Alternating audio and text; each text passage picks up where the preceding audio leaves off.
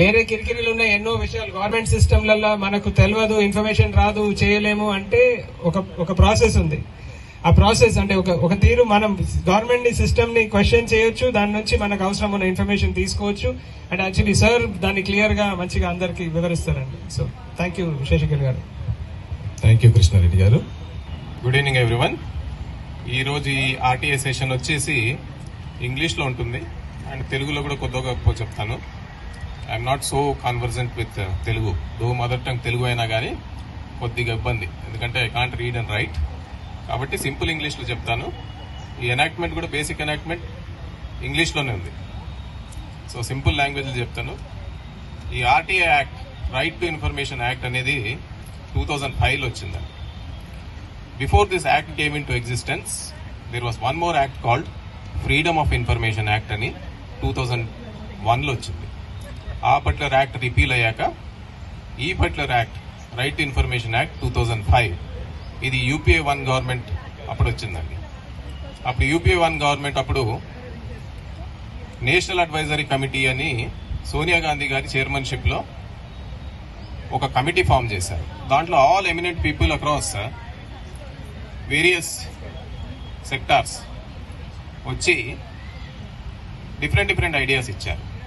దాంట్లోనే ఈ right to information act, right to education act, Mahatma Gandhi national rural employment guarantee programme, ఇలాంటి wonderful legislations అనేవి వచ్చాయి. ఈ పర్టికులర్ నేషనల్ అడ్వైజరీ కమిటీలో under the chairmanship of Sonia Gandhi, Arvind Kejriwal, Aruna Roy, Jayaprakash Narayan, Yogendra Yadav, అలా so many eminent personalities from so many spheres వచ్చి various wonderful legislations, ideas ఇచ్చారు. Because of NAC ఈ particular RTA act అనేది వచ్చింది. ఈ ఆర్టీఏ యాక్ట్ 2005లోనే వచ్చిందా, ఎప్పుడు నుంచి ఉంది, ఇది కూడా ఒక ఆస్పెక్ట్ అన్నట్టు. మన డెమోక్రసీ ఏదైతే ఉందో 1950లో రిపబ్లిక్ అయింది. ఇండిపెండెన్స్ 47లో వచ్చిన 1950 26 జనవరిలో we have adopted our constitution and India became a republic. Before that 47 before Britishers rule చేశారు. కానీ ఈ రైట్ టు ఇన్ఫర్మేషన్ యాక్ట్ లాగా సిమిలర్ లెజిస్లేషన్స్ స్కాండినేవియన్ డెమోక్రసీస్ లో ఎప్పటి నుంచి ఉన్నాయి. నార్వే కానీ, స్వీడన్ కానీ కొన్ని డెమోక్రసీస్ లో ఆల్మోస్ట్ ఆల్ అవి డెమోక్రసీస్ 200-300 ఇయర్స్ ఓల్డ్ డెమోక్రసీస్ అండి. మనం ఏదైతే డెమోక్రసీ అంటామో దిస్ ఇస్ జస్ట్ 75 ఇయర్స్ అయిందండి మనం రిపబ్లిక్ అయ్యి. We are in the nascent stages of democracy అని చెప్పొచ్చు. అంటే డెమోక్రసీలో we are just like entering into teenage. ఏదైతే స్కాండినేవియన్ డెమోక్రసీస్ ఉన్నాయి 200-300 ఇయర్స్ లో ఎవాల్వ్ అయ్యి. సో డెమోక్రసీ అంటే బేసిక్ గా అబ్రహాం లింకన్ గారు చెప్పినట్టు for the people, by the people, of the people. అంటే డెమోక్రసీలో ఏమంటే it is meant for the people, by the people. మనం ఎలక్టెడ్ రిప్రజెంటేటివ్స్ ఉంటారు. So this is how democracy runs. అంటే మనకు రిప్రజెంటేటివ్ సిస్టమ్ లో public representatives rule our country. Basically they are basically called public representatives, కూడా public servants అంటారు. Similarly executives ఉంటారు, ఎవరైతే government employees ఉంటారు. Right from what you call class 4 employee, ఒక conductor కాడ నుంచి కలెక్టర్ వరకు ప్రతి ఒక్కరు they come under the purview of public servants. ఈ గవర్నమెంట్ ఏదైతే ఉందో for the people, by the people, of the people అని చెప్పి మనం ఎవ్రీడే మనము గవర్నమెంట్ కి రన్ చేయం. మన రిప్రజెంటేటివ్స్ అనే వాళ్ళు, ఎమ్మెల్యేలు కానివ్వండి, ఎమ్మెల్సీ అనే కానివ్వండి, లేకపోతే ఎంపీస్ అనే వాళ్ళు చట్టాలు చేస్తారు, చట్టసభల్లో ఇది చేస్తారు. ప్లస్ మన గ్రీవాన్స్ రిడ్రెస్ చేసే కూడా సో మెనీ ఫోరమ్స్ ఉన్నాయి మనకి. మన ఇండియాలో ఇది ఎప్పుడు స్టార్ట్ అయింది ఈ పర్టికులర్ టైప్ ఆఫ్ థింగ్ అంటే, అరుణా రాయ్ అని ఒక ఐఏఎస్ ఆఫీసర్ వాలంటరీ రిటైర్మెంట్ తీసుకుని వే బ్యాక్ ఇన్ 80s రాజస్థాన్లో ఏం చేశారంటే కొన్ని గ్రామ పంచాయతీలో ఒక social audit plus social groups చేశారు. అయితే ఒక గ్రామ పంచాయతీకి ఒక పర్టికులర్ ఫండ్స్ వస్తే ఆ ఫండ్స్ దేనికి యూటిలైజ్ చేయాలి, either for drainage system, borewells, street lighting, roads, ఇలా ఏ వర్క్స్ కావాలనేది పీపుల్ యూస్ టు డిసైడ్. ఆ పర్టికులర్ గ్రామ పంచాయతీలో ఏ వర్క్ కావాలి, ఎంత బడ్జెట్ ఉంది, ఆ బడ్జెట్ ప్రకారం they use to run this particular schemes అన్నట్టు. ఏ విలేజ్ పీపుల్ వాళ్ళ schemes they use to run those schemes.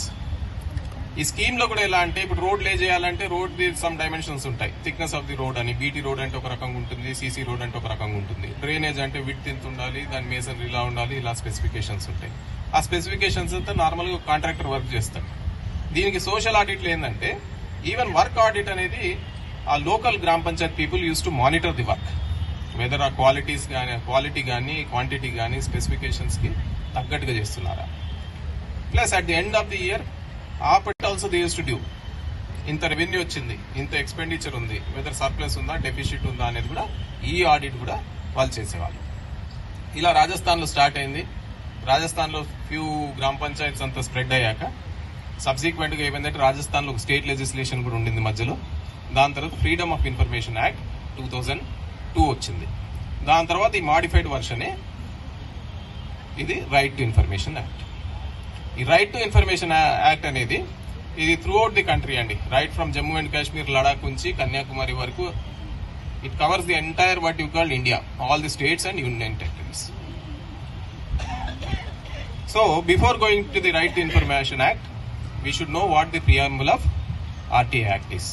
ఈ చట్టం అనేది ఏంటంటే ఎనీ లెజిస్లేషన్ ఏదైనా కానివ్వండి, దాని heart and soul is the preamble. ఈ ప్రియాంబుల్ చదివితే మనకి ఎగ్జాక్ట్ గా ఏమంటే gist of the RTI act అనేది తెలుస్తుంది, or the soul and heart of the RTI act.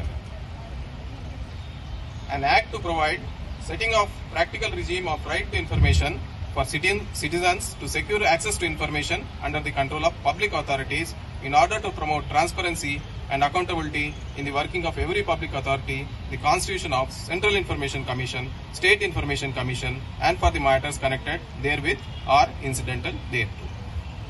ఎందుకు స్టార్ట్ అయింది ఆర్టీఐ యాక్ట్ అంటే to provide practical regime of right to information for citizens to secure access to information under the control of public authorities. మనం ఏదైతే చెప్పామో for the people, by the people, of the people. ఒక డెమోక్రసీలో అనే దాంట్లో ఒక citizen అనేవాడు ఈ షుడ్ పార్టిసిపేట్. ప్లస్ మన రిప్రజెంటేటివ్స్ ఎవరైతే మనకి నడిపిస్తున్నారు ఈ administration, they should be hold accountable. Accountable గా ఉండాలంటే ఏంది, కంప్లీట్ సిస్టమ్ అనేది ట్రాన్స్పరెంట్ గా ఉండాలి.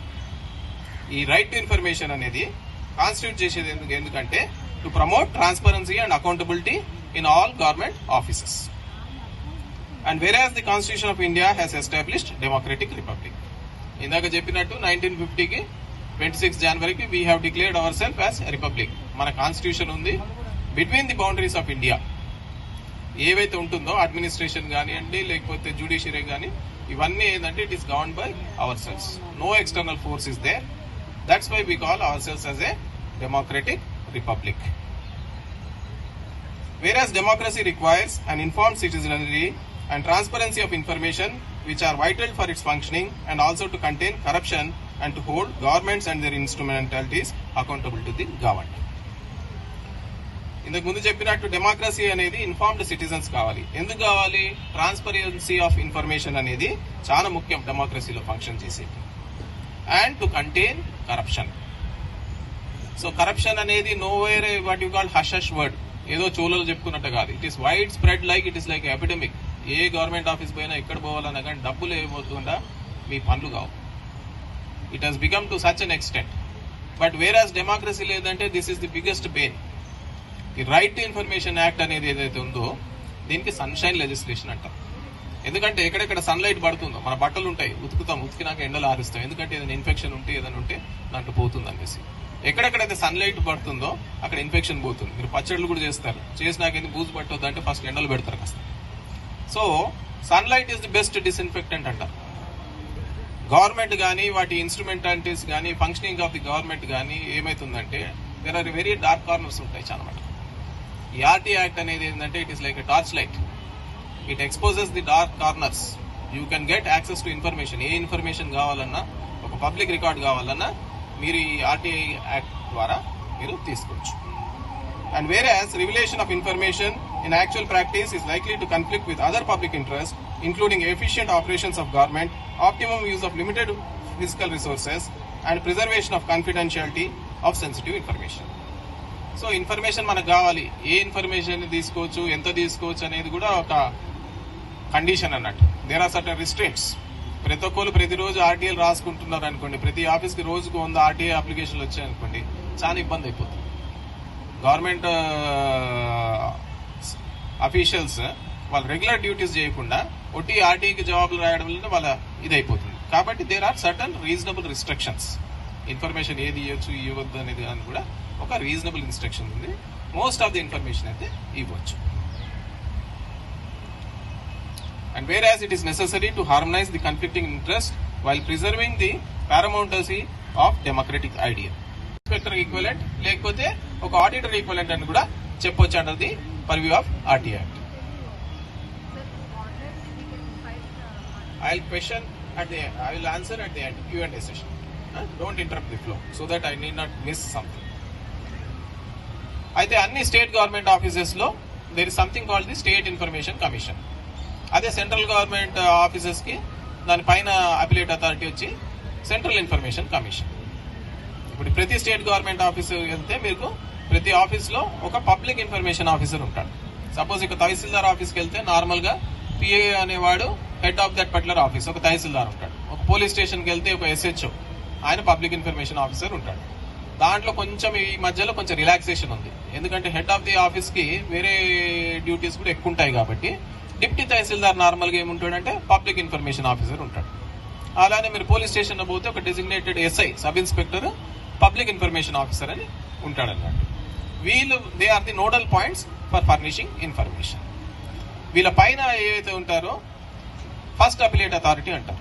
మీరు సపోజ్ ఒక పోలీస్ స్టేషన్కి వెళ్తే పబ్లిక్ ఇన్ఫర్మేషన్ ఆఫీసర్ ఆయన నేమ్ డెసిగ్నేషన్ అనేది క్లియర్ గా కనిపిస్తుంది. దాని కింద ఏముంటుందంటే ఫస్ట్ అపిలేట్ అథారిటీ అంటారు. సపోజ్ మీరు ఇప్పుడు పోలీస్ స్టేషన్ లో ఒక ఆర్టీఐ అప్లికేషన్ పెట్టారు, దరఖాస్తు పెట్టారు, మీరు సాటిస్ఫాక్టరీ ఆన్సర్ రాలేదు, ఏం చేయాలి? అప్పుడు అపీల్ వెళ్ళాలి. అపీల్ ఎవరికి వెళ్ళాలి? First appellate authority. ప్రతి ఆఫీస్ లో అక్కడ క్లియర్ గా రాసి ఉంటుంది ఫస్ట్ అపిలేట్ అథారిటీ ఎవరు, ఆయన నేమ్ ప్లస్ డెసిగ్నేషన్. సపోజ్ మీరు పోలీస్ స్టేషన్కి వెళ్ళారు, ఫస్ట్ అపిలేట్ అథారిటీ నార్మల్ గా ఏసీపీ ఉంటాడు, కమిషనరేట్ పరిధిలో ఉంటే. అలానే తహసీల్దార్ ఆఫీస్కి వెళ్ళారు, first appellate authority revenue divisional officer or RDO గారు ఉంటారు. అలా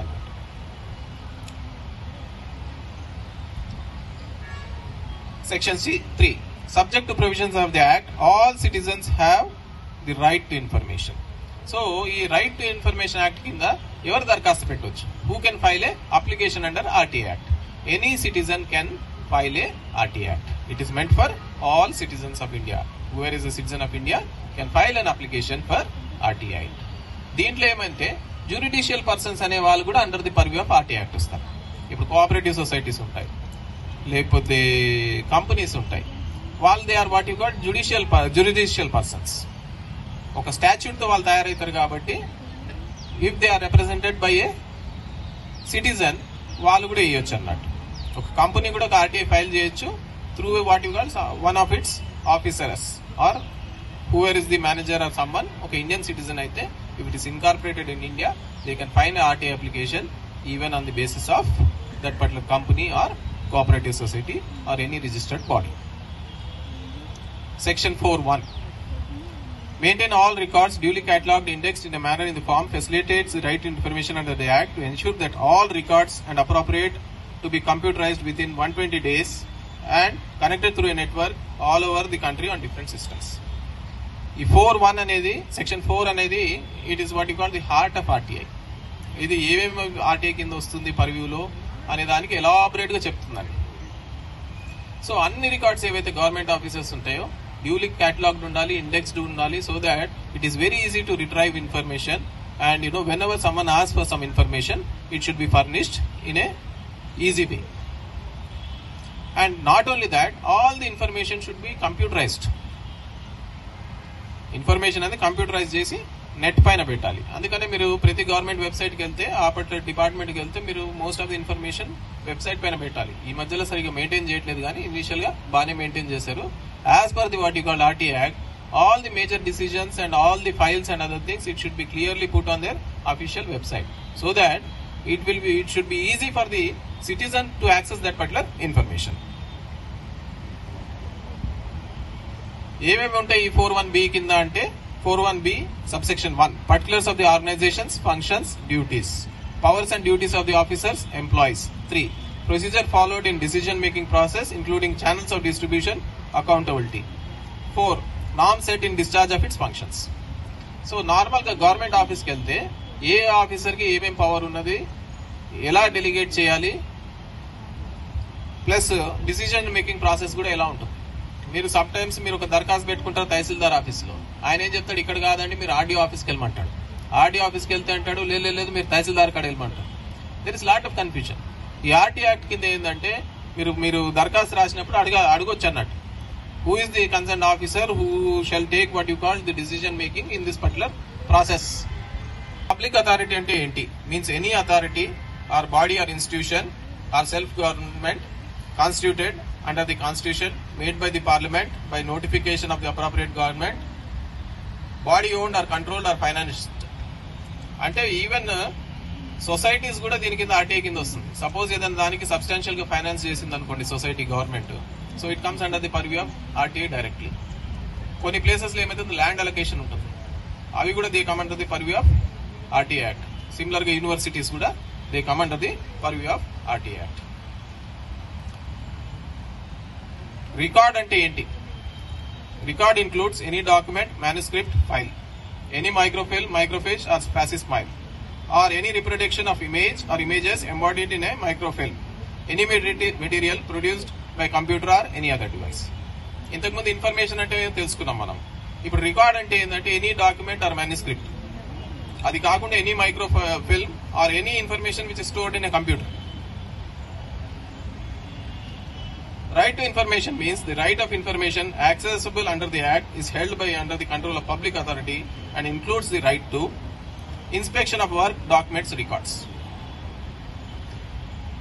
ఒక డెమోక్రసీలో తెలుసుకోవాల్సింది ఏంటంటే వీఆర్ నాట్ సబ్జెక్ట్స్. మనకు ఎవరైతే రూల్ చేస్తారో అని అంటారో they are public representatives or rather public servants. So ఎవరైనా కానీ ఒక రెస్పాన్సిబుల్ పొజిషన్ తీసుకున్నారనుకోండి, let it be the collector or MLA, they are basically called as public servants. వాళ్ళు పబ్లిక్ సర్వ్ చేసే గురించి ఉన్నారు అక్కడ. That is very important point to be noted. And one more thing, చాలా మంది చెప్తారు వాడు కింగ్ అండి, వాడు రూలర్ అండి, వాడు సిఐ అంటే కింగ్, ఇలా డిఫరెంట్ గా యూజ్ చేస్తుంటారు నార్మల్ గా. అలాంటివి డెమోక్రసీలో యూజ్ చేయకూడదు. అండ్ రెండోది ఏంటంటే వీఆర్ నాట్ ఆర్డినరీ సబ్జెక్ట్స్. మనం సబ్జెక్టులు కాదు, మనం వీఆర్ సిటిజన్స్. డెమోక్రసీ అనేది నడిచేది ఓటు పైన నడుస్తుంది. And citizen is supreme in democracy. ఇదొకటి గుర్తుపెట్టుకోవాలి. మీరు ఎంత సుప్రీం ఒక సిటిజన్ అంటే you are as supreme as the state legislature or parliament. మీరు నార్మల్ కాదు. అసలు మీరు మీ పవర్ తెలుసుకుంటే ఎంత అంటే citizen, common citizen is equal to the state legislature or parliament.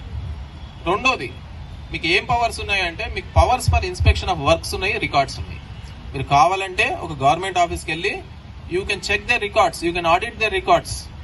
వాళ్ళు చేసిన వర్క్స్ కూడా మీరు చెక్ చేసుకోవచ్చు.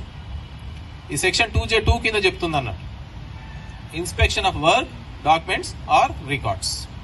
మీరు ఒక ఆర్టీఐ అప్లికేషన్ పెట్టారు, 10 రూపాయలు స్టాంప్ నార్మల్గా ఉంటుంది. ఫీజు వచ్చినప్పుడు పోర్షన్ వచ్చినప్పుడు చెప్తాను. నార్మల్గా 10 రూపాయలు మీరు కోర్ట్ ఫీజ్ స్టాంప్ కానివ్వండి, లేకపోతే ఇండియన్ పోస్టల్ ఆర్డర్ కానివ్వండి, డీడీ అయినా కానీ పెట్టి మీరు ఇన్ఫర్మేషన్ అని తీసుకోవచ్చు.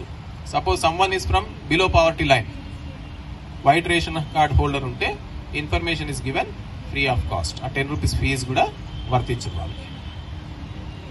ఈ 2J2 ఏం చెప్తుందంటే inspection of work and records. మీరు ఒక ఆర్టీఐ దరఖాస్తు పెట్టుకున్నారు, మీ ఇంటి పక్కకి ఒక రోడ్ వేశారు, మీరు కావాలంటే అడుగొచ్చేవంటే 2J2 కింద for inspection of records. Okay, ఈ టెండర్ కాల్ఫర్ చేశారు, దాంట్లో కొటేషన్లో స్పెసిఫికేషన్స్ ఏమున్నాయి, దాంట్లో బిడ్డర్స్ నెంబర్ ఆఫ్ కాంట్రాక్టర్స్ ఎవరున్నారు, లోయెస్ట్ బిడ్ ఏముంది, ప్లస్ కొటేషన్లో స్పెసిఫికేషన్స్ ఏమున్నాయి. సపోజ్ ఒక రోడ్ ఉంది, కాంక్రీట్ రోడ్ ఉంది అనుకోండి, width of the road, carriage వే అంటారు, విడ్త్ ఆఫ్ ది రోడ్ ఎంత ఉంది, థిక్నెస్ ఆఫ్ ది రోడ్, దాని కింద మళ్ళీ WBM లేకపోతే వేరే ఏదైనా వేస్తే అదేలా ఉంది. కాంక్రీట్ మిక్స్ ఏదైతే ఉందో దాన్ని ISI కోడ్ ఉంటుంది, గ్రేడ్స్ ఉంటాయి కాంక్రీట్లో, M10, M15, M20 and different grades ఉంటాయి. మీరు కావాలంటే you can ask for even samples. ఇప్పుడు కాంక్రీట్ రోడ్ చేస్తున్నారనుకోండి, ఒక 6x6 బ్లాక్ చేస్తాడు నార్మల్గా కాంట్రాక్టర్, ఒక 6 inches by 6 inches బ్లాక్ చేసి అలా ఫ్యూ శాంపుల్స్ చేసి వాటర్లో అవి సోక్ చేసి క్యూర్ అయిపోయినాక మళ్ళీ టెస్టింగ్కి పంపిస్తారు. మీరు ఒకవేళ కావాలంటే కూడా మీ పర్టికులర్ కాలనీలో ఏమైనా రోడ్ వేస్తే you can ask for even sample of those blocks. ఆ బ్లాక్ తీసుకుని మళ్ళీ మీరు ఒక ల్యాబ్ కి టెస్టింగ్ పంపించచ్చు, గవర్నమెంట్ ల్యాబ్ కానీ ప్రైవేట్ ల్యాబ్ కానీ, వెదర్ ఆ టెన్సైల్ స్ట్రెంత్ కానీ వేరే టైప్ ఆఫ్ స్ట్రెంత్స్ ఏవైతే ఉన్నాయో స్పెసిఫైడ్ స్ట్రెంత్స్ ఆ గ్రేడ్ మీట్ అవుతుందా లేదా అని కూడా మీరు ఇన్స్పెక్ట్ చేయొచ్చు. రెండోది, నేను ఇంతకుముందు చెప్పినట్టు ఇన్స్పెక్షన్ ఆఫ్ రికార్డ్స్. మీరు సపోజ్ 2J2 కింద అడిగితే మీరు వెళ్ళి అక్కడ గవర్నమెంట్ ఆఫీస్లో ఆ పర్టికులర్ ఫైల్ తీసి రికార్డ్స్ కూడా ఇన్స్పెక్ట్ చేయొచ్చు. సో ఒక normal citizen has got a power to inspect the works as well as the records. Authority అంటే వాళ్ళు చెప్పాలి అప్పుడు ఆర్డీఓనా లేకపోతే తహసీల్దారా, డిప్యూటీ తహసీల్దారా, విఆర్ఓనా, ఎవరు కన్సర్న్ అఫీషియల్ ఈ పర్టికులర్ ప్రాసెస్ లో అనేది కూడా దే హ్యావ్ టు టెల్ అన్నట్టు.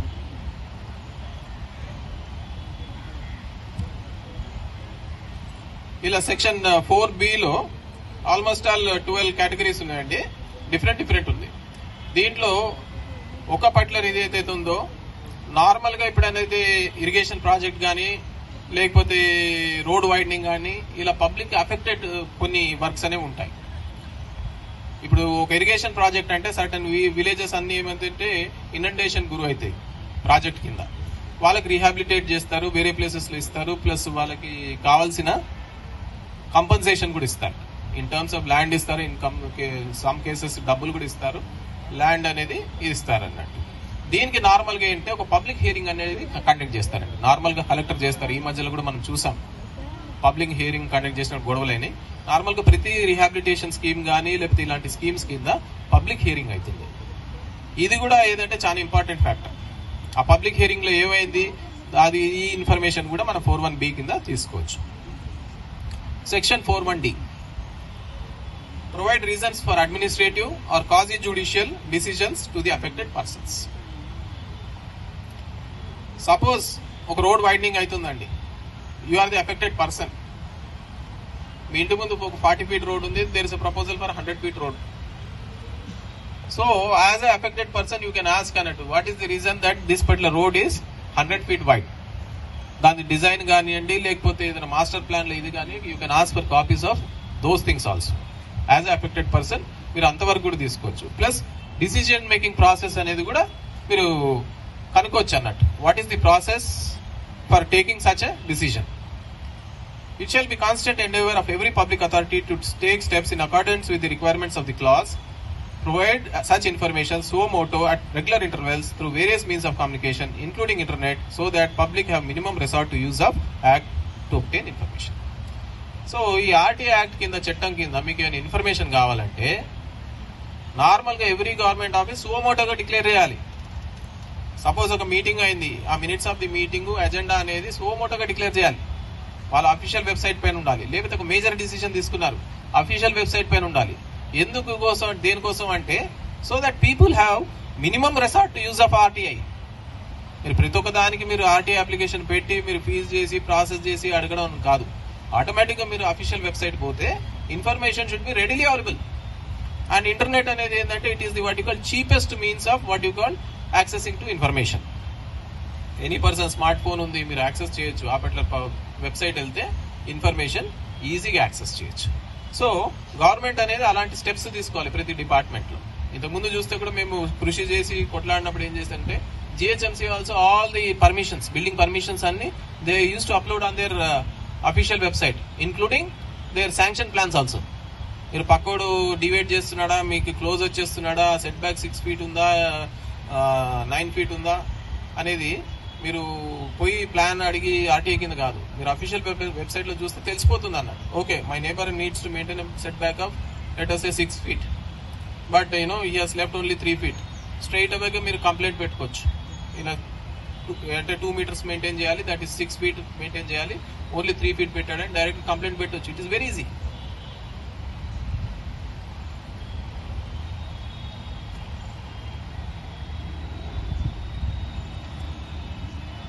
Section 6 అండి. A person who desires to obtain information under the Act shall make a request in writing through electronic means, English or Hindi or official language of the area which is application is made, accompanying such fee as prescribed to.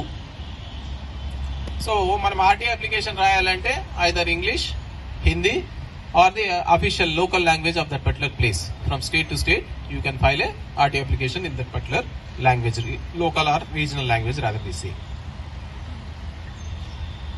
చేయాలి ఏ information ఇవ్వచ్చు, ఎంత information ఇవ్వచ్చు, ఏది మనం restrict చేయొచ్చు అనేది. Be it enacted by the Parliament 56th year of Republic of India as follows. The Act may be called as the Right to Information Act. It extends from Jammu and Kashmir to whole of India. ఈ RTI act కింద section 2 చెప్తుంది అన్నట్టు, appropriate government, any government office లో మీరు RTI act కింద మీరు information తీసుకోవచ్చు. ఇది ఎక్కడ ఏవేవి కవర్ అవుతుందంటే, right from the presidential secretariat, prime minister office, chief justice of India to the local tahsildar office వరకు కూడా, గ్రామ పంచాయతీ కానివ్వండి, all the government offices you can file A RTI application to seek information. ఇప్పుడు information అంటే ఏంటి అనేది, it has got a very wide scope. ఏదైనా మనం చట్టం ఎప్పుడైనా చదివితే, ఏదైనా లెజిస్లేషన్ చదివితే సెక్షన్ 2 అనేది చాలా ఇంపార్టెంట్. దాంట్లో ఎందుకంటే మీనింగ్ స్కోప్ అనేది చెప్తారు. నార్మల్ గా డిక్షనరీ తీసి ఎప్పుడు మీనింగ్ చూడకూడదు. చట్టాలు చదివేటప్పుడు సెక్షన్ 2 చూస్తే మామూలుగా ఆల్మోస్ట్ అన్ని చట్టాల్లో ఎక్స్ప్లెనేషన్ ఇస్తారు ప్రతి వర్డ్ కి. ఇక్కడ రైట్ టు ఇన్ఫర్మేషన్ యాక్ట్ కింద ఇన్ఫర్మేషన్ అంటే ఏంటి?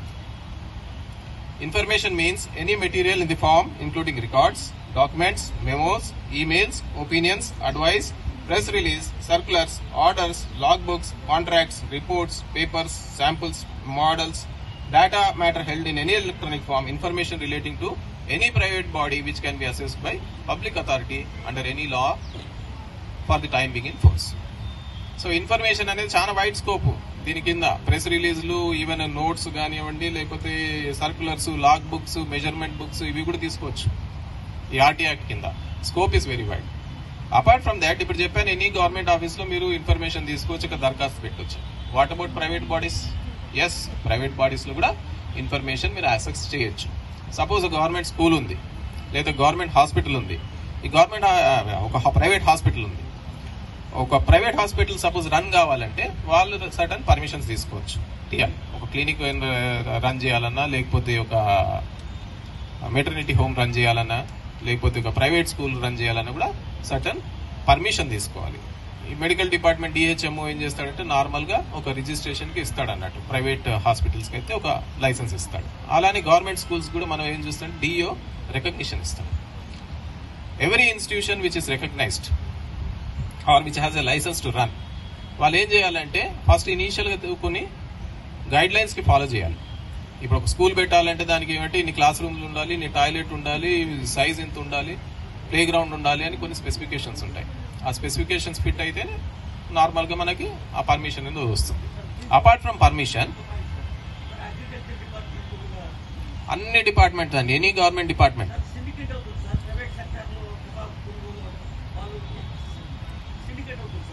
నేను అన్ని క్లారిఫికేషన్స్ చెప్తా సార్. ఇనీషియల్ గా బేసిక్ యాక్ట్ చెప్పాక మీ ఇండివిజువల్ క్వశ్చన్స్ ఉంటే, క్వరీస్ ఉంటే లాస్ట్ లో క్వశ్చన్ అండ్ ఆన్సర్ సెషన్ లో ఇండివిజువల్ క్వరీస్ కూడా చెప్తా. గ్రూప్ క్వరీస్ ఉన్నా కూడా మీరు అడగవచ్చు.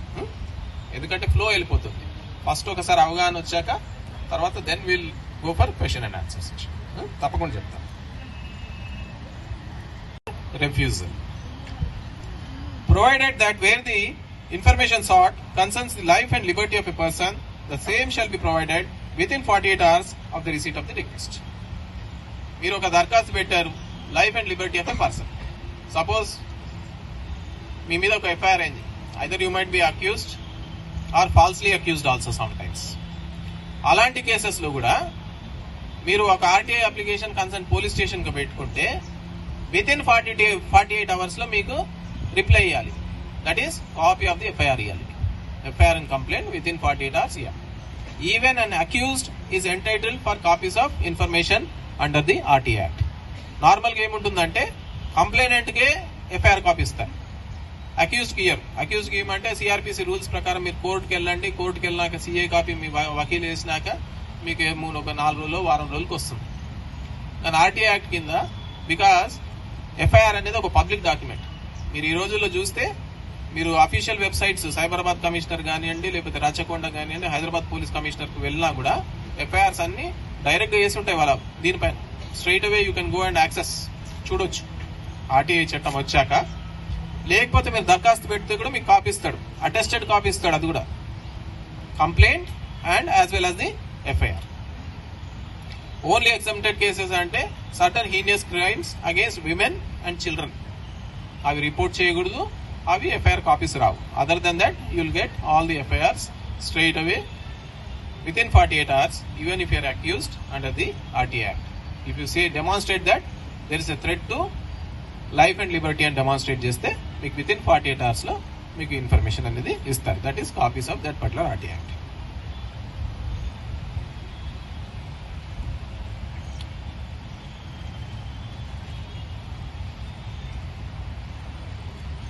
Section 7(6).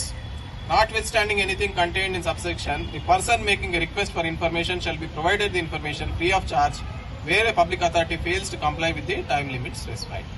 మీరు ఆర్టీఐ దరఖాస్తు పెట్టుకున్నారు, మీకు టైం లిమిట్ లోపల మీకు ఇన్ఫర్మేషన్ ఇవ్వలేదు, అలాంటి టైంలో ఏమవుతుందంటే 30 days ఎక్సీడ్ అయిందంటే సెక్షన్ 7(6) ప్రకారం ఇన్ఫర్మేషన్ ఫ్రీ ఆఫ్ కాస్ట్ ఇవ్వాలి. మీరు ఎలాంటి సొమ్ము అనేది కట్టేది అవసరం లేదు. నార్మల్లీ కాపీస్ ఆఫ్ ఇన్ఫర్మేషన్ కి ఆర్టీఐ కింద A4 సైజ్ పేపర్ అంటే కొన్ని గవర్నమెంట్ ఆఫీసెస్ లో 1 రూపీ తీసుకుంటారు, కొన్నిట్లో 2 రూపాయలు తీసుకుంటారు. బల్క్ అండ్ వాల్యూమినస్ ఇన్ఫర్మేషన్ ఉంటే ఐదర్ డివిడి కానీ సిడీలో ఇస్తారు, డివిడి పైన తీసుకుంటారు. ఇప్పుడు సపోజ్ మల్లన్న సాగర్ గురించి మీరు ఏది ఇన్ఫర్మేషన్ కావాలి, ఇట్ రన్స్ అండర్ 10,000 pages. అలాంటి ఇన్ఫర్మేషన్ మీరు పేజెస్ కింద అడిగితే it is very voluminous and very costly. ఇప్పుడు 10,000 పేజీలకు 2 రూపాయలు అని పెట్టినా 20,000 అవుతుంది. అలాంటి ఇన్ఫర్మేషన్ ఏం చేయాలంటే యూ కెన్ ఆస్క్ అనే DVD. It is very easy అన్నట్టు డివిడి వాళ్ళు రైట్ చేసేయడం కూడా, and it is easy for you also to shift the information. మీకు ఎక్కడ డౌట్ కానీ ఈ పర్టికులర్ పాయింట్ కానీ ఆడిట్ చేయాలన్నా లేకపోతే స్పెసిఫికేషన్ తెలుసుకోవాలన్నా కూడా it is very easy for you.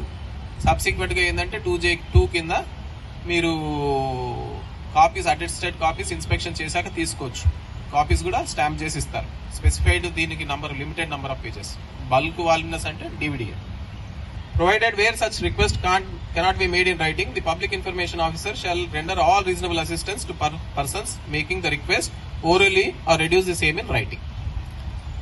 Suppose a person has gone, is a illiterate person or a person who is not capable of writing because of some handicap. In such cases ఏం చేయాలంటే మీరు police స్టేషన్కి వెళ్తే ఏముంటుంది, there is a reception normal గా. Complaint మీరు oral గా చెప్తే they will reduce it to writing, you need to sign in the end. Similar గా ఆర్టీఐ దీనికి కూడా మీకు ఇన్ఫర్మేషన్ కావాలంటే ఆ పట్ల గవర్నమెంట్ ఆఫీస్కి వెళ్తే వాళ్ళు రీజనబుల్ అసిస్టెన్స్ ఇవ్వాలి మీకు.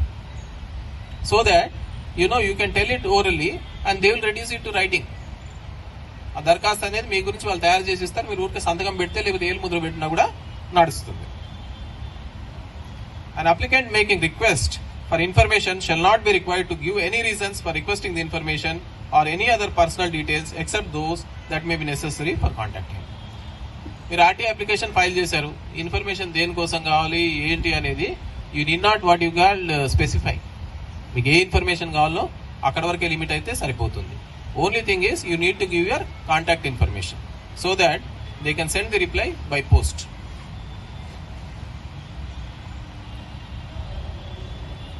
Section 6(3). Where the application is made to a public authority requesting for information which is held by any public authority, the subject matter which is more closely connected with the functions of any other authority, the public authority to which the application is made shall transfer the application to such part as appropriate the public authority and inform the applicant immediately. మీరు ఒక RT application పెట్టారు ఒక government school కి. Let us say like what is the extent of land you have for that particular school, what is the total built up area of that particular school, number of classrooms, number of toilets, whether running water is there, running water facility is there in the toilets, or any other information which you are seeking. మీరు ఇలాంటి application పెట్టారు, ఒక 5-6 points పెట్టి RT application లో పెట్టారు. So basically the PIO let us say the head master, వారికి తెలిసి ఉంటుంది నంబర్ ఆఫ్ క్లాస్ రూమ్స్ అంటే చెప్తారు, నంబర్ ఆఫ్ టాయిలెట్స్ అంటే చెప్తారు, రన్నింగ్ వాటర్ ఉందో లేదో చెప్తారు, లేకపోతే వేరే ఇన్ఫర్మేషన్ అడిగింది ఇస్తారు. Extent of the land sometimes వాళ్ళ దగ్గర రికార్డు ఉండకపోవచ్చు, or the total built up area అది కూడా వాళ్ళ దగ్గర ఉండకపోవచ్చు. ఆ సమ్ కేసెస్ లో ఏముంటుందంటే మున్సిపల్ స్కూల్స్ అనుకోండి, మున్సిపాలిటీ కానీ ఆ పర్టికులర్ కార్పొరేషన్ దగ్గర ఆ రికార్డు ఉంటుంది. Let us say the sanction plan or the working plan of that particular building or the extent of land. So అప్పుడు ఏం చేస్తారంటే ఆ పిఐఓ ఏ ఇన్ఫర్మేషన్ వాళ్ళ దగ్గర ఉందో ఆ ఇన్ఫర్మేషన్ మీకు ఫర్నిష్ చేస్తారు. రెస్ట్ ఆఫ్ ది ఇన్ఫర్మేషన్ అది ఇప్పుడు సపోజ్ అది ఆ ఇన్ఫర్మేషన్ మున్సిపాలిటీలో ఉంది. మీ అప్లికేషన్ ఆ point let us say like 0.23, that is total area plus built-up area. ఈ ఇన్ఫర్మేషన్ అనేది మున్సిపాలిటీలో ఉంది. ఆ పర్టికులర్ అప్లికేషన్ ఏం చేస్తారంటే ఆ 2 పాయింట్స్ ఆ పర్టికులర్ డిపార్ట్మెంట్కి ట్రాన్స్ఫర్ చేస్తారు. వేరే అప్లికేషన్ పెట్టేది అవసరం లేదు, దరఖాస్తు పెట్టేది అవసరం లేదు. అక్కడ లేదు ఇన్ఫర్మేషన్ అంటే సమ్ అదర్ డిపార్ట్మెంట్కి ఉందంటే they have to specify and they have to what you call transfer the application either in part or total to that particular organisation. That is within 5 days. మీరు దరఖాస్తు పెట్టిన 5వ రోజుకి ఏం చెప్పాలంటే ఈ ఏరియా అండ్ బిల్టప్ ఏరియా అనేది ఈ పర్టికులర్ డిపార్ట్మెంట్లో ఉంది కాబట్టి they have to transfer your application. అది పెట్టి ప్లస్ ఒక కాపీ ఇన్ రైటింగ్ మీకు కూడా పంపించాలి. మీ ఇన్ఫర్మేషన్ ఏదైతే అడిగారు పాయింట్ నెంబర్ 2 and 3 ఇది మున్సిపల్ అథారిటీకి మేము పంపించాము. వాళ్ళు విత్ ఇన్ 30 days మీకు ఇన్ఫర్మేషన్ ఫర్నిష్ చేస్తారు. Section 7 subject to the provision as the case may be receipt of request under section 6 as expeditiously as possible in any case within 30 days from the receipt of request. Either provide the information on payment of such fee as prescribed or reject a request for any other reasons specified under section 8 and 9. మీరు RTI application పెట్టారు, ఎన్ని రోజుల్లో information ఇవ్వాలి? The outer timing is 30 days. మీరు దరఖాస్తు పెట్టిన కాడ నుంచి ఆ పోస్టల్ టైం తీసేస్తే 30 days లోపల మీకు ఇన్ఫర్మేషన్ ఇవ్వాలి. అది అవుటర్ టైం లిమిట్. ఇన్ఫర్మేషన్ ఇవ్వాలా కొన్ని సమ్ టైమ్స్ వాళ్ళు అప్లికేషన్ రిజెక్ట్ చేస్తారు.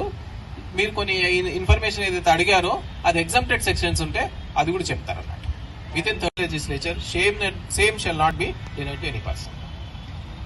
ఈ ప్రొవిజన్ ఏం చెప్తుందంటే provided the information which cannot be denied to parliament or state legislature.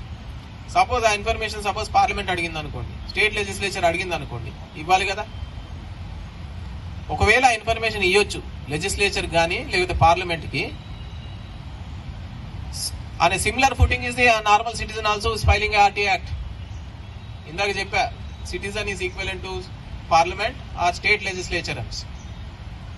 ఇప్పుడు under this particular what you called section you are equal to the state legislature or parliament. That is the power of a citizen under the RT Act, purview of RT Act. Notwithstanding anything of the Official Secrets Act 1923, nor any exemptions permissible in accordance with subsection, public authority have access to information. Public interest in disclosure outweighs the harm to protected interest. ఇంతకు ముందే ఉండేదంటే there was something called the Official Secrets Act. మీరు ఏ government office కన్నా కానీ మీరు ఏ దరఖాస్తు పెట్టినా ఇయ్యడు information. Simple official secrets act అని ఒక మాట చెప్పేసి ఇన్ఫర్మేషన్ ఇయ్యడు. రైట్ టు ఇన్ఫర్మేషన్ యాక్ట్ వచ్చాక ఏంటంటే everything should be transparent, information ఇవ్వాలి. ఇప్పుడు పబ్లిక్ ఇది అఫీషియల్ సీక్రెట్స్ యాక్ట్ అని కూడా ఎగ్జామ్ చేయలేరు except certain cases. Most of the times information అనేది ఫర్నిష్ చేయాలి.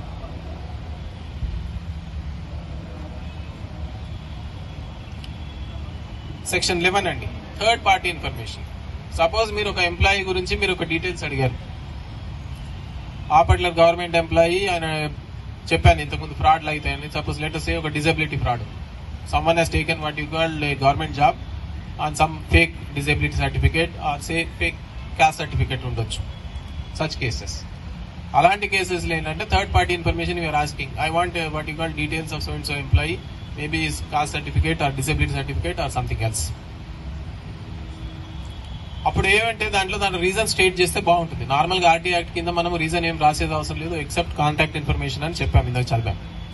ఇలాంటి కేసెస్లో చెప్పాలి the set information is needed in certain court or matrimonial issues ఉంటాయి. హస్బెండ్ శాలరీ ఎంతనో వైఫ్ శాలరీ ఎంతనో సరిగ్గా డిస్క్లోజ్ చేయరు. అలాంటి కేసెస్లో కూడా మీరు ఆర్టీ యాక్ట్ కింద అడగవచ్చు అన్నట్టు. I want to know the what you call salary of my spouse, what is the what you call her gross salary, net salary, deductions if any అని కూడా అడగొచ్చు అన్నట్టు.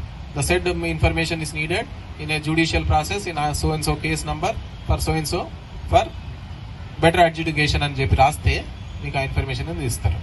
కానీ ఆ ఇన్ఫర్మేషన్ ఇచ్చే ముందు ఆ పబ్లిక్ ఇన్ఫర్మేషన్ ఆఫీసర్ ఏం చేస్తాడంటే ఆ థర్డ్ పార్టీకి ఒక ఇది రాస్తాడు, మీ అప్లికేషన్ ఫార్వర్డ్ చేస్తాడు. So and so person has asked for your personal information, whether the said information shall be furnished or not, please kindly answer within 10 days. So ఆ పర్టికులర్ ఎంప్లాయీ ఏం చేయాలంటే మళ్ళీ రాయాలి ఆయన reason, what is the reason whether the information should be furnished or exempted, he has to state. అది వచ్చాక public information officer again he will weigh the pros and cons. ఆ information ఇవ్వచ్చా లేదా అని చెప్పి ఒక జస్టిఫై చేస్తూ మళ్ళీ ఒక రిప్లై ఇవ్వాలి. ఇవ్వచ్చు అంటే ఒకవేళ ఇస్తాడు, రిజెక్ట్ చేయాలంటే రిజెక్ట్ చేస్తాడు. రిజెక్ట్ చేస్తే మీరు ఫస్ట్ అపీల్ వెళ్ళవచ్చు. Third party information.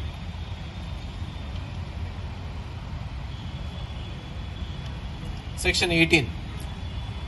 Powers and functions of Information Commission, appeals and penalties.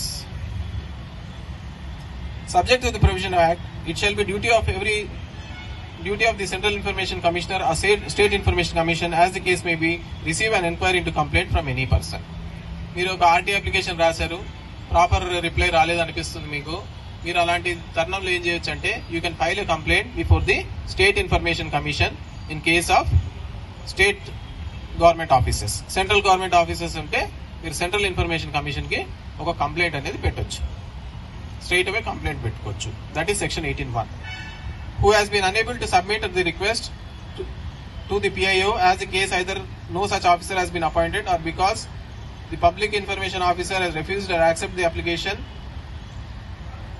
has been rejected under subsection 1.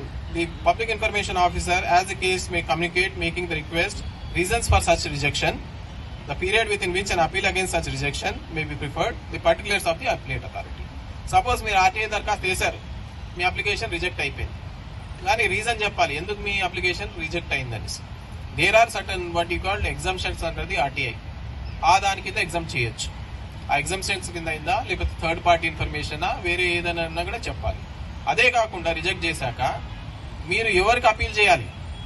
If you are dissatisfied with the reply of the PIO, to whom you should appeal? First appellate authority, complete what you call name, designation and his postal address అనేది furnish చేయాలి, so that you can prepare a first appeal.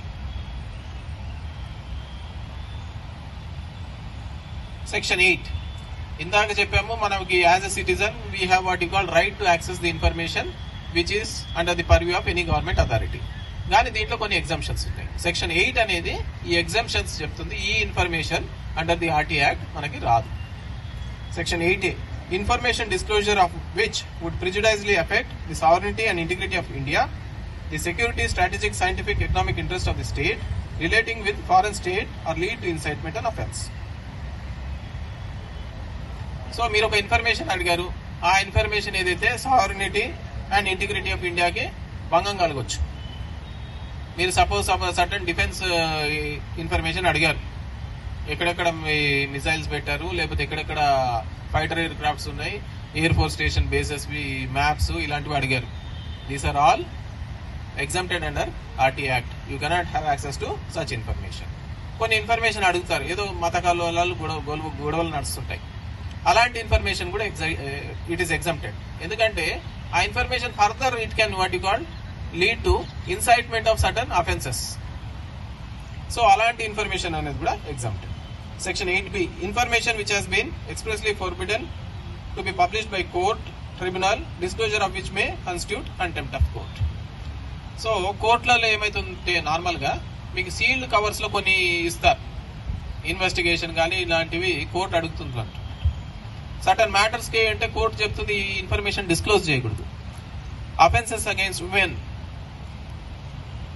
Offences against children, ఇలాంటి information కూడా they are what you call exempted అనేది RT act. ఎందుకంటే అది contempt of court అయితే.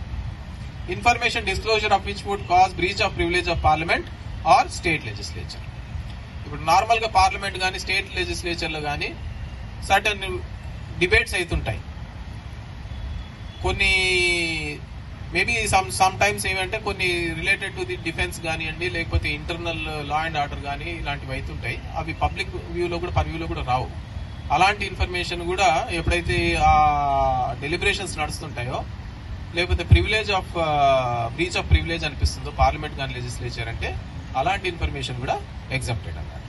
Information including commercial confidence, trade secrets, intellectual property, disclosure of which would harm the competitive position of third party unless competent authority is satisfied that larger public interest warrants disclosure of such information. So IPR rights ఉంటాయండి, intellectual property rights ఉంటాయి. అలాంటి information కూడా it is exempted under the RTI.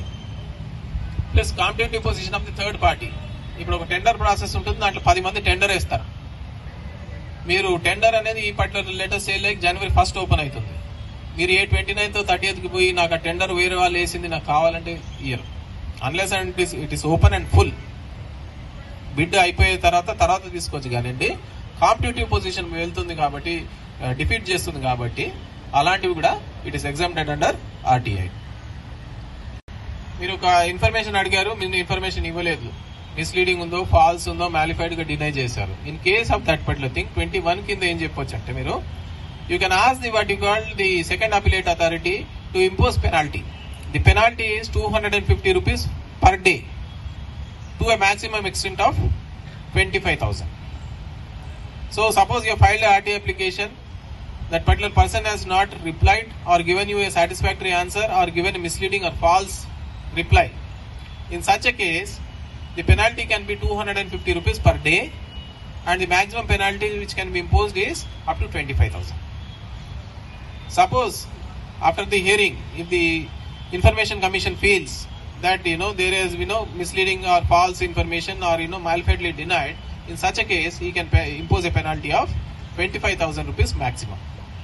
Minimum is 250 per day, maximum is 25,000. Apart from that, even he can what you call direct for disciplinary action for that particular employee. Disciplinary action కూడా తీసుకోవచ్చు.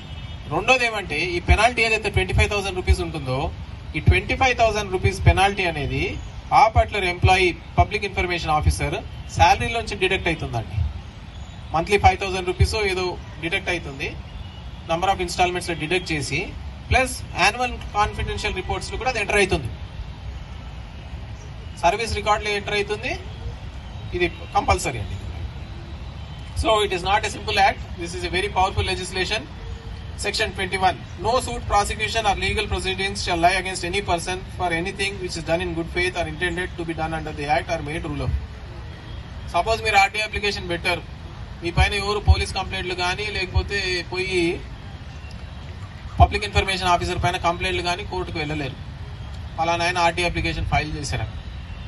At the same time ఆ immunity అనేది even public information officers కూడా ఉంది. వాళ్ళు suppose ఒక information ఇచ్చారనుకోండి, నా ఇన్ఫర్మేషన్ ఎందుకు ఇచ్చారు అని చెప్పి కూడా ఎవరు పోలీస్ స్టేషన్ లేకపోతే కోర్టు మెట్లకు ఎక్కలేదు సివిల్ కోర్ట్స్ కి, unless and until there is some mala fide. The act shall have, notwithstanding anything inconsistent contained under the Official Secrets Act and law for the time being in force of any instrument having effect by virtue of any other act. ఏదైతే చెప్పాను official secrets act అని, దాన్ని కూడా ఇది override చేస్తుందండి. That is the power of RT act. 8E. Information available to a person in his fiduciary relationship unless the competent authority is satisfied that larger public interest warrants disclosure of such interest. కొన్ని fiduciary relationships ఉంటాయండి.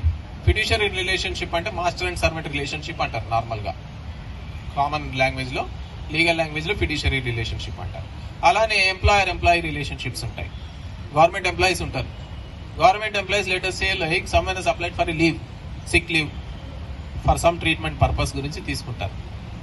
So ఆయన అప్పుడు mention చేయాలి, నేను ఈ particular surgical ప్రొసీజర్కి వెళ్తున్నానండి, లేకపోతే ఈ particular health element ఉంది, ఈ పర్టికులర్ హాస్పిటల్కి నేను వెళ్ళి అడ్మిట్ అవుతున్నాను, so I need what you call 15 days leave or 20 days leave or this is the surgical procedure or anything else also, hospitalisation కూడా.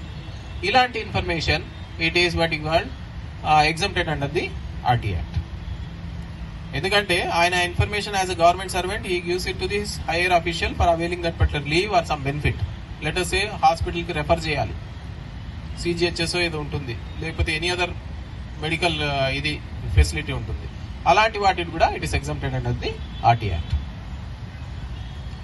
Information disclosure of which would endanger the life and physical safety of a person or identity of the source of information or assistance given in confidence of law and enforcement. ఇప్పుడు police కానివ్వండి, intelligence కానివ్వండి, వీళ్ళకి ఏముంటారంటే కొందరు people ఉంటారు, informers, information ఇస్తుంటారు. So ఆ informers ఇచ్చిన information పైన పోలీస్ అనే వాళ్ళు యాక్ట్ చేసి ఆ పర్టికులర్ ఇన్సిడెంట్ అనే దానికి న్యూట్రలైజ్ చేస్తారు. చాలా నడుస్తుంటాయి, టెర్రర్ యాక్టివిటీస్ కానివ్వండి, లేకపోతే సర్టన్ ఇల్లీగల్ యాక్టివిటీస్ కానివ్వండి, ఇలాంటివన్నీ కూడా కర్బ్ చేస్తుంటారు. పోలీస్ ఏంటంటే డైరెక్ట్ గా వాళ్ళకి తెలియకపోవచ్చు, there will be some informers. So ఆ ఇన్ఫార్మర్స్ ఇచ్చే ఇన్ఫర్మేషన్ పైన ఏం చేస్తారంటే ఆ పర్టికులర్ ఇన్సిడెంట్ అనేది న్యూట్రలైజ్ చేసి ఫర్దర్ గా ఇది కాకుండా ఆ అఫెన్స్ కమిట్ కాకుండా చూస్తుంటారు. సో ఇలాంటి ఇన్ఫర్మేషన్ కూడా దే ఆర్ ఎగ్జామ్టెడ్. మీకు ఇన్ఫర్మేషన్ ఎక్కడి నుంచి వచ్చింది, సోర్స్ ఎవరు ఇచ్చారు అలా అడిగితే కూడా this is exempted under RT Act. Information which would impede the process of investigation or apprehension of prosecution of offenders. ఇంతకుముందు చెప్పాము FIR under the what you call it is called public document, మీరు RTI కింద తీసుకోవచ్చు. కానీ ఒక్కసారి investigation నడుస్తుంది, so case డైరీలు అని ఉంటాయి, ప్లస్ ఛార్జ్ చేస్తుంటారు, ప్లస్ ఎక్స్పర్ట్ ఒపీనియన్స్ తీసుకుంటారు, ప్లస్ ఛార్జ్ షీట్ కూడా ఫైల్ చేస్తారు. ఇలాంటివన్నీ they are exempted under the RT Act. ఇది మీరు RT Act కింద తీసుకోలేరు ఇన్ఫర్మేషన్. ఎందుకంటే ఇది సమ్ టైమ్స్ ఏమవుతుందంటే ఆ అఫెన్స్ అనేదానికి suppose the accused if he misuses the act he can go scot free. Or complainant ఏమైతే ఒకసారి ఏం చేయొచ్చు అంటే కొంచెం ఎక్కువ తెలివి ప్రదర్శించి even innocent person can be framed. Police cannot act neutral in certain states లో. అప్పుడు ఏం చేస్తారంటే దిస్ ఈస్ ఎగ్జామ్టెడ్ అండి. ఇన్వెస్టిగేషన్ ప్రాసెస్ ఏవైతే ఉందో this is exempted under RT Act. Cabinet papers, records, deliberations, councils of ministers, secretaries and officers. Provide the decision of the council of ministers, reason thereof, material basis which decision has taken shall be made public after the decision been taken. Even cabinet deliberations gaaniyandi lepte any meetings of the cabinet ministers gaaniyandi, even during the process of deliberation they are exempted under RT Act. ఒక్కసారి అది public అయిపోయినాక decision తీసుకున్నాక arrive చేశాక then it is not under what you call RT Act వర్తిస్తుంది. అప్పటి వరకు అది exempted. Information which relates personal information disclosure of which has no relation to public activity or interest which would cause unwarranted invasion of privacy of individual unless the public information officer or the appellate authority as case may justifies the larger public interest justifies the disclosure of such information.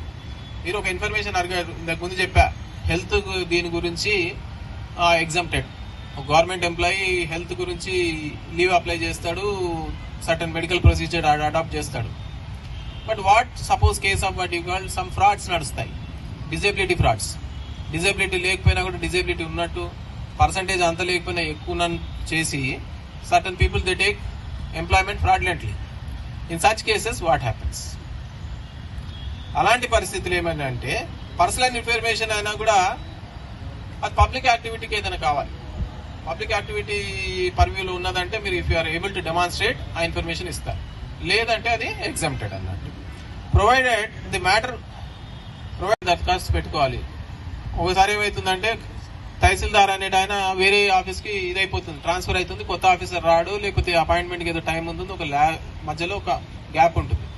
అలాంటి తరుణంలో ఏం చేయొచ్చు అంటే మీరు complaint పెట్టవచ్చు straight away to the state information commissioner stating that in so and so government office there is no public information officer. Normal గా ఏంటంటే public information officer కింద కూడా ఇంకొక ఆఫీసర్ కూడా ఉంటాడు, he is called the assistant public information officer. ఒకవేళ public information officer లేకపోయినా కూడా it is the duty of the assistant public information officer to furnish the information. అలాంటి కేసెస్ లో ఇన్ఫర్మేషన్ ఇవ్వలేదంటే you can file a complaint. Who has been refused access to information requested under the Act. మీరు RT Act కింద proper గా రాశారు, మీకు information ఇవ్వలేదు, if you are aggrieved you can file a second appeal. Who has not given a response to request to information, access to information within the time limit specified. ఇందాక చెప్పాను information అనేది the outer time limit is 30 days లోపల information ఇవ్వాలి.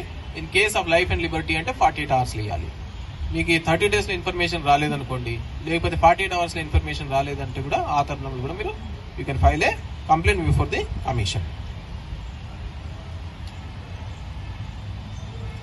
In case of fees, ఇంతకు ముందు చెప్పాను fee కూడా RTA normal గా ఏముంటుందంటే 10 rupees application fee for a normal person. Exemption అనేది people who are under the below poverty line. మీరు వైట్ రేషన్ కార్డ్ పెడితే మీకు information exempted.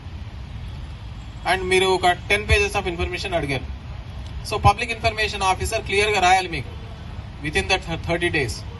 You ask for 10 pages of information, each information is costing 2 rupees, kindly remit ₹20.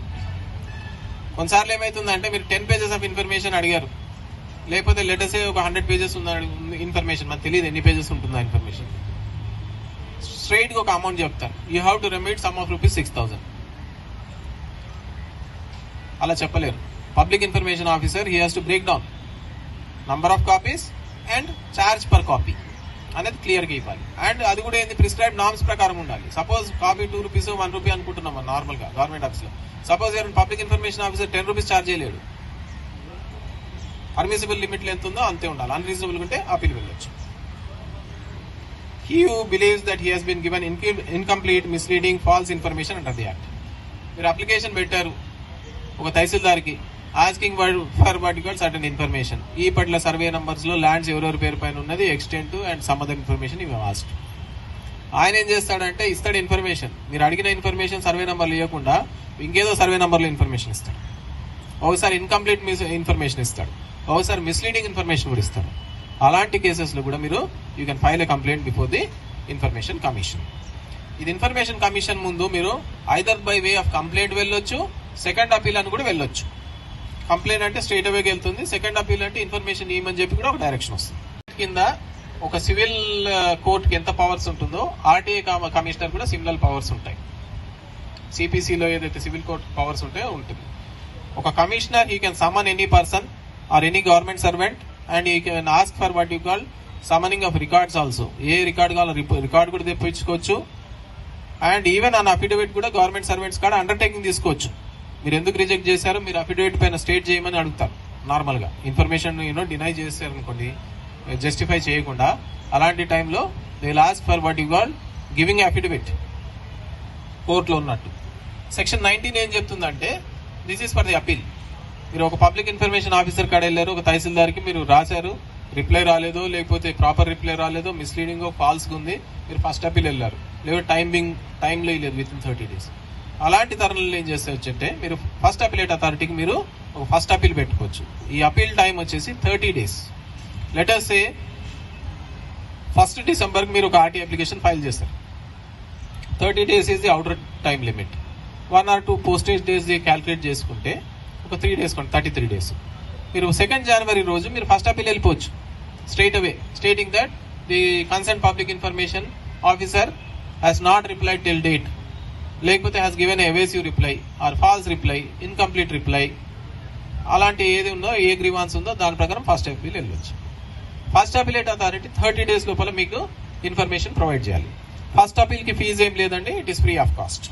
You do not pay any fee. మీకు 30 days లోపల మీకు first appellate authority మీకు answer ఇవ్వలేదు, లేకపోతే మీకు ఒకసారి you are agreed by the answer of the first appellate authority also. Maximum 45 days అండి, 30 days maximum 45 days వరకు ఫస్ట్ అపీలేట్ అథారిటీ మీకు రిప్లై ఇవ్వాలి. ఇన్ కేస్ మీకు రిప్లై రాలేదంటే from that particular point of time within 90 days 3 months లోపల limitation లోపల మీరు second appeal before the state information commission అనే వాళ్ళకి వెళ్ళొచ్చు. Are exempted under the RT act. ఇంతకు ముందు చెప్పినట్టు ఆర్టీ యాక్ట్ అన్ని ఆర్గనైజేషన్స్ వర్తిస్తుందని. It applies to army, air force and navy also. But there are certain government organisations where you cannot file RTI applications. ఈ list of exemptions లో 20 organisations ఉన్నాయండి. ఇది వచ్చేసి intelligence bureau, research and analysis wing, directorate of revenue intelligence, central economic intelligence bureau, directorate of enforcement, narcotics control bureau, aviation research centre, special frontier force, BSF, CRPF, ITBP, CISF, national security guard, Assam rifles, special branch CID, Andaman Dadra Nagar Haveli, Lakshadweep, plus ఈబీఐ, ఇంకా central vigilance commission కూడా some extent వచ్చినాయి. ఈ exempted organisations లో కూడా if there is a violation of human rights are matter of corruption, in such a case the information should be provided under RT act. So here I conclude the basics of RT act. ఇది normal గా ఒక person కి RT act రాయాలంటే ఈ అవగాహన, basic అవగాహన ఉండాలి. And you can always refer this particular book. దీంట్లో సెక్షన్ గా ఏంటి ఇది చదివి మీరు రాసి మీరు ఎఫెక్టివ్ గా అప్లికేషన్ రాయొచ్చు. In case of any assistance or any need, my number is there on the book. You can call me evening 5 to 9 any day మీరు కాల్ చేయొచ్చండి. మీరు వాట్సాప్ మెసేజ్ డే టైంలో పెట్టండి. Because I'm an advocate practising in various courts. మీ phone attend చేయలేండి day టైంలో, కాబట్టి evening time 5 to 9 call చేయొచ్చు. లేకపోతే మీరు డే టైం అయినా వాట్సాప్ లో మెసేజ్ పెట్టండి. I'm so and so I attended your seminar, I need some clarification pertaining to RTI అని పెడితే అయిపోతుంది. So here I conclude. మీరు కొన్ని questions and if you have any doubts you can ask, like I will clarify to the best of my knowledge. ఈ RT act గురించి regular గా file చేయడమే కాకుండా ఇలా క్లాసెస్ కూడా తీసుకుని. అండ్ ఇప్పుడు అంటే ఇర్రెస్పాన్సిబుల్ ఇస్తారు సార్. రెండోది ఇప్పుడు ఏడీ ఆఫీస్ కు కొన్ని ఆఫీసులకు పెడితే మనము గవర్నమెంట్ ల్యాండ్ మేము ఇవ్వమంటూ నార్మల్ గా రెవెన్యూ అథారిటీస్ కి నార్మల్ గా ఈ హ్యాబిట్ ఉంటుందండి. File not found, file missing, the file could not be traced, ఇవి స్టాండర్డ్ ఆన్సర్, టెంప్లెట్ ఆన్సర్లు ఇస్తుంది. యాక్చువల్ గా దీని something called the records act అని ఒకటి ఉంది. ఆ రికార్డ్స్ యాక్ట్ ఏంటంటే మహారాష్ట్ర గానీ తమిళనాడు వేరే స్టేట్స్ లో ఉన్నాయి. అన్ఫార్చునేట్లీ ఏపీ తెలంగాణలో యాక్ట్స్ లేవు. ఆ రికార్డ్స్ యాక్ట్ ప్రకారం అంటే what you called records officer, every government office ఉంటుంది. ఆయన ప్రతి రికార్డు డ్యూలీ ఏమని చేయాలంటే కెటలాగ్ చేసి ఇండెక్స్ చేసి పెట్టాలి ఆర్టీ యాక్ట్ లాగా. అది కాకుండా ఏదైనా రికార్డు కానీ లేకపోతే ఫైల్ మిస్సింగ్ ఉంటే they have to rebuild the particular file. Suppose ఒక రికార్డ్ థెఫ్ట్ అయిపోయింది, ఇది మిస్ అయిపోయింది, ఎఫ్ఐఆర్ రిజిస్టర్ చేయాలి. Again from the sources available, they have to rebuild the file. Commission has got the powers. If you are aggrieved, మీరు complaint పెట్టండి commission ముందు, లేకపోతే appeal పెట్టండి. Asking they are accountable and they have to furnish the revenue records. అలాంటి information అనేది వాళ్ళు direction ఇస్తారు. మీరు ఇన్ఫర్మేషన్ ప్రొవైడ్ చేయండి, మీరు ఎలా ఎగ్జామ్షన్ అడుగుతారు. It is a common thing ఈ మధ్యలో. కమిషనర్లు ఉంటారు సార్. కమిషనర్ ఉన్నాయని అసలు ఏమి ఫైన్ పట్టిస్తారు, మనకే సరి చెప్పేసి చూస్తే సరిపోవాలి. అంటే మనం అడగొచ్చా సార్ కమిషనర్ ఫైన్ వేయమని? మనం ఎంతో మీ కిందికి నుంచి మీ దాకా వాడు ఉన్న ఫైల్ ఆఫీస్ లో ఫైల్ ఇస్తలేడు. మళ్ళీ మనం 9 రోజులు తిరిగి ముగ్గురు కూడా ఆ కమిషనర్ కూడా పడుచుకుంటాడు. అప్పుడు దినేష్ ఉన్నప్పుడు కొంచెం ఫైన్ వేసిండు, ఎందుకు ఇవ్వలేని ఇప్పించిండు. అయితే 3-4 చేసినాక మరి ఇప్పుడు కమిషనర్ లేరంటారు, కానీ అసలు పట్టించుకోలేదు. పట్టించుకోపో అని అప్పు అప్ టు 2015 అండి యాక్ట్ చాలా పవర్ఫుల్ గా ఉంటుంది. యూపీఏ గవర్నమెంట్ ఏదైతే 1 తయారు చేసిందో 2005 వాళ్ళు తెలిసిపోయి అన్నట్టు అదే చట్టంతో పడిపోయింది. 2G scam, coal scam, CWG scam, ఈ స్కామ్లన్నీ బయటకు వచ్చింది ఆర్టీ యాక్ట్ తోనే. తర్వాత సబ్సిక్వెంట్ గవర్నమెంట్స్ ఏం చేశాయంటే దీనికి వాటర్ డౌన్ చేయాలని చూసినాయి. ఆర్టీ యాక్ట్ మీకు తెలిసే ఉండొచ్చు. పవర్స్ ఆఫ్ ఇన్ఫర్మేషన్ కమిషనర్స్ అనేది తగ్గించేశారు. వాళ్ళ టెన్యూర్ అయితే ఉన్నదో అది తగ్గించేశారు కొన్ని కేసెస్ లో. ఇలా కొన్ని ఆర్బిటరీ వర్క్స్ చేశారు. నార్మల్ గా ఏమంటే ఇవి కాన్స్టిట్యూషనల్ పోస్ట్, దీనికి ఒక గ్యారంటీ అనేది ఉంటుంది through constitution. Just like the governor అంత ఈజీగా తీయలేరు. కానీ దీనికి యాక్ట్ కి ఏంటంటే కొంచెం నిర్వీర్యం చేశారు. ప్లస్ ఆన్ ట్విస్టింగ్ టాక్టిక్స్ కూడా దీంట్లో జరిగినాయి. వాస్తవం ఇది. ఇంతకు ముందు ఆర్టీఐ యాక్ట్ 2009 నుంచి నేను 15 వరకు వేసిన ఆర్టీఐ లో ఒక 10 రూపాయల రిట్ పిటిషన్ లాగా ఉన్నాం. రెవెన్యూ ఆఫీసర్ కానీ లేకపోతే వేరే డిపార్ట్మెంట్స్ లో కానివ్వండి, ఒక పిటిషన్ పెట్టము, దాని తర్వాత 1 మంత్ తర్వాత ఆర్టీఐతో ఫాలో అప్ చేసి 4(1)D ప్రకారం వెళ్తే with in 6 months to 8 months 10 రూపాయలతో మాకేమంటే మొత్తం కంప్లీట్ గ్రీవెన్స్ అనేది రిడ్రెస్ అయ్యేది. ఇప్పుడు ఈ మధ్యలో కావట్లేదు. ఎందుకంటే కమిషన్స్ వచ్చిన వాళ్ళు కూడా ఏంటంటే అంత పీనలైజేషన్ పైన దృష్టి సాధించేట్టు స్ట్రిక్ట్ గా లేరు. వాస్తవం. ఈవెన్ నా అబ్జర్వేషన్ కూడా మంచి కమిషనర్స్ రావాలి సార్. Thank you. ఫోన్ లో చెప్పండి మీ సమస్య ఏముందో, లేకపోతే మీకు ఏం కావాలో పాయింట్స్ రాయండి. నంబర్ ఆఫ్ పాయింట్స్ రాసి మీరు వాట్సాప్ చేసేయండి. ఇంతకుముందు ఈమెయిల్ పంపించేవాళ్ళు. మీరు నా దగ్గరకు వచ్చిరనుకో, మీ గురించి పర్సనల్ గా మాట్లాడతారు, నా గురించి పర్సనల్ మాట్లాడతారు, గంట దానికి పోతుంది. ఒరిజినల్ సబ్జెక్ట్ 5 నిమిషాలు. కాబట్టి ఎక్కువ సుత్తి లేకుండా ప్లెజెంటరీస్ ఏంది, గుడ్ మార్నింగ్ గుడ్ ఆఫ్టర్నూన్ వరకు ఉంటే సరిపోయింది. మీ సెషన్ అటెండ్ చేసినా సరిపోయింది. ఇంకా ఎక్కువ ఏం తిన్నారు ఏం చేసినా అవసరం లేదు. మీకు ఏమున్నదో వాట్సాప్ లో పాయింట్ రాసి పంపించండి. 1 2 3 4 5 ఇది నాకు ఇది. దానికి మీకు టెంప్లెట్ నేను కన్వర్ట్ చేసి మీకు ఆర్ట్ అప్లికేషన్ చేసి పంపించేస్తాను. నేను sir actually more than 10 years connection మన తార్నాకల్లో కూడా ప్రోగ్రామ్ చేసిండు. And idea is to use it. ఆయన సర్చ్ చేసినాక నేను HMD అని అలా చేసిన అనుకోండి. సో యూజ్ చేయాలి, యూజ్ చేసి దాని సిస్టమ్ లో గ్యాప్ లో అనిపిస్తే దాన్ని కరెక్షన్ చేసుకుంటా పోవాలి మనం. So any other question? What we have asked to the department information, that information we are getting by post or we have to be in person to get that document. All the information will be sent by speed post only. Post only. Okay, Yes, yes. okay. That is my question, sir. Thank you. 10 rupees postal order or demand draft. In some cases, like municipal offices and sub-register office, we have a cash counter. You can pay cash also 10 rupees. That is the fee normal. Some places like High Court, the fees is 25 rupees. High Court oka place lo nenu chusanu ippudu varaku 20 rupees fees. Rest all it is 10 rupees. Central government offices you don't put copy stamp. Why? Because it is a state stamp. For central government offices you can take what you call Indian postal order or demand draft. Demand draft is costly because there is exchange fees. Postal order, it is 10 rupees plus 1. Yes, sir. In central government, they are asking me to Yes, put yes. a IVO.